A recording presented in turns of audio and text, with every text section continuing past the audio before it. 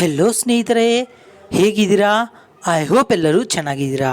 So ನೀವೇನಾದರೂ ನಿಮ್ಮ ಮಕ್ಕಳನ್ನು ಖಾಸಗಿ ಶಾಲೆಯಲ್ಲಿ ಫ್ರೀಯಾಗಿ ಶಿಕ್ಷಣವನ್ನು ಕೊಡುವ ಕನಸನ್ನು ಕಂಡಿದ್ದರೆ ಈಗ ನಿಮ್ಮ ಆ ಕನಸು ನನಸಾಗಲು ಸಾಧ್ಯವಿದೆ. ಏಕೆಂದರೆ ಈಗ ನೀವು ನಿಮ್ಮ ಮಕ್ಕಳನ್ನು ಖಾಸಗಿ ಶಾಲೆಗಳಲ್ಲಿ ಫ್ರೀಯಾಗಿ ಶಿಕ್ಷಣವನ್ನು ಪಡೆಯಬಹುದು. ಸೊ ಸ್ನೇಹಿತರೆ, ನೀವು ಈ ಸೌಲಭ್ಯವನ್ನು RTE ಮುಖಾಂತರ ಪಡೆಯಬಹುದು. ಸೊ ಸ್ನೇಹಿತರೆ, ಅದಕ್ಕಾಗಿ ನಾವು ಇಂದಿನ ವಿಡಿಯೋದಲ್ಲಿ ಈ RTE ಎಂದರೇನು, RTE ಸೌಲಭ್ಯವನ್ನು ಯಾರು ನೀಡುತ್ತಾರೆ ಮತ್ತು ಈ ಸೌಲಭ್ಯವನ್ನು ಹೇಗೆ ಪಡೆಯಬಹುದು ಎಂಬುದರ ಬಗ್ಗೆ ಈ ವಿಡಿಯೋದಲ್ಲಿ ನಾವು ಸಂಪೂರ್ಣವಾಗಿ ನೋಡ್ಲಿಕ್ಕೆ ಹೋಗ್ತಾ ಇದೀವಿ. ಸೊ ಸ್ನೇಹಿತರೆ, ಅದಕ್ಕಾಗಿ ನೀವು ಈ ವಿಡಿಯೋವನ್ನು ಸ್ಕಿಪ್ ಮಾಡದೆ ಸಂಪೂರ್ಣವಾಗಿ ಕೊನೆಯವರೆಗೂ ನೋಡಿ. ಮತ್ತೆ ನಡ್ರಿ ಸ್ನೇಹಿತರೆ, ಈ ವಿಡಿಯೋನ ಪ್ರಾರಂಭಿಸೋಣಂತೆ. ಸೊ ಸ್ನೇಹಿತರೆ, ಮೊದಲನೇದಾಗಿ ನಾವು ನೋಡೋಣ ಈ RTE ಎಂದರೇನು. ಸೊ ಸ್ನೇಹಿತರೆ, ಈ RTE ಫುಲ್ ಫಾರ್ಮ್ ನೋಡುವುದಾದರೆ ರೈಟ್ ಟು ಎಜುಕೇಷನ್ ಆಗಿರುತ್ತದೆ, ಅಂದರೆ ಶಿಕ್ಷಣದ ಹಕ್ಕು. ಸೊ ಇದನ್ನು ಭಾರತದ ಸಂಸತ್ತು 2009ರಲ್ಲಿ ರೈಟ್ ಟು ಎಜುಕೇಷನ್ ಆ್ಯಕ್ಟ್ ಅಂದರೆ ಕಾನೂನನ್ನು ಜಾರಿಗೆಗೊಳಿಸುತ್ತದೆ.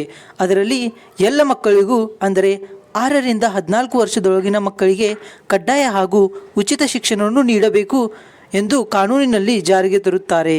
ಆನಂತರ ಏಪ್ರಿಲ್ 1, 2010ರಿಂದ ಇದನ್ನು ಸರ್ಕಾರ ಸಂಪೂರ್ಣವಾಗಿ ಕಾರ್ಯಶೀಲತೆಗೆ ತರುತ್ತದೆ. ಸೊ ಆದ್ದರಿಂದ ಎಲ್ಲ ರಾಜ್ಯದ ಸರ್ಕಾರಗಳು ಪ್ರತಿ ವರ್ಷ RTE ಫಾರ್ಮ್ಗಳನ್ನು ಬಿಡುಗಡೆ ಮಾಡುತ್ತಾರೆ. ಸೊ ಇದರ ಮೂಲಕ ನೀವು ನಿಮ್ಮ ಮಕ್ಕಳನ್ನು ಒಂದು ಒಳ್ಳೆಯ ಖಾಸಗಿ ಶಾಲೆಗಳಲ್ಲಿ ಅಡ್ಮಿಷನ್ ಪಡೆಯಬಹುದು. ಸೊ ಈಗೂ ಕೂಡ ಕೆಲವರ ಮನಸ್ಸಿನಲ್ಲಿ ಪ್ರಶ್ನೆ ಇರಬಹುದು, ಇದರಿಂದ ಹೇಗೆ ಸಾಧ್ಯ? ಸೊ ಇದನ್ನು ನೋಡುವುದಾದರೆ ರೈಟ್ ಟು ಎಜುಕೇಷನ್ ಆ್ಯಕ್ಟ್ ಪ್ರಕಾರ ಎಲ್ಲ ಖಾಸಗಿ ಶಾಲೆಗಳಿಗೆ 25% ಸೀಟುಗಳನ್ನು RTE ಫಾರ್ಮ್ ಮೂಲಕ ಆಯ್ಕೆಯಾದ ಮಕ್ಕಳಿಗಾಗಿ ನೀಡಬೇಕಾಗುತ್ತದೆ. ಸೊ ಸರ್ಕಾರ ಪ್ರತಿ ವರ್ಷ RTE ಫಾರ್ಮ್ಗಳನ್ನು ಬಿಡುಗಡೆ ಮಾಡುವ ಮೊದಲು ಖಾಸಗಿ ಶಾಲೆಗಳೊಂದಿಗೆ ಸಭೆ ಮಾಡಿ ಬೇಕಾದ ಮಾಹಿತಿಗಳನ್ನು ತೆಗೆದುಕೊಂಡು ಆನಂತರ ಕೆಲವು ಪ್ರಕ್ರಿಯೆಗಳ ನಂತರ ಸರ್ಕಾರ RTE ಫಾರ್ಮ್ ಜನರಿಗೆ ಅಧಿಕೃತ ಸರ್ಕಾರಿ ಕಚೇರಿಗಳ ಮೂಲಕ ಮತ್ತು ಆನ್ಲೈನ್ ವೆಬ್ಸೈಟ್ಗಳ ಮೂಲಕ ಜನರಿಗೆ ಬಿಡುಗಡೆ ಮಾಡಲಾಗುತ್ತದೆ.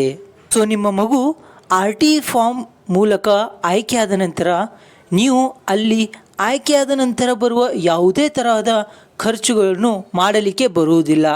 ಏಕೆಂದರೆ ಆ ಎಲ್ಲ ಖರ್ಚುಗಳನ್ನು ರಾಜ್ಯದಲ್ಲಿರುವ ಸರ್ಕಾರವೇ ಆ ಖರ್ಚುಗಳನ್ನು ನೋಡಿಕೊಳ್ಳುತ್ತದೆ.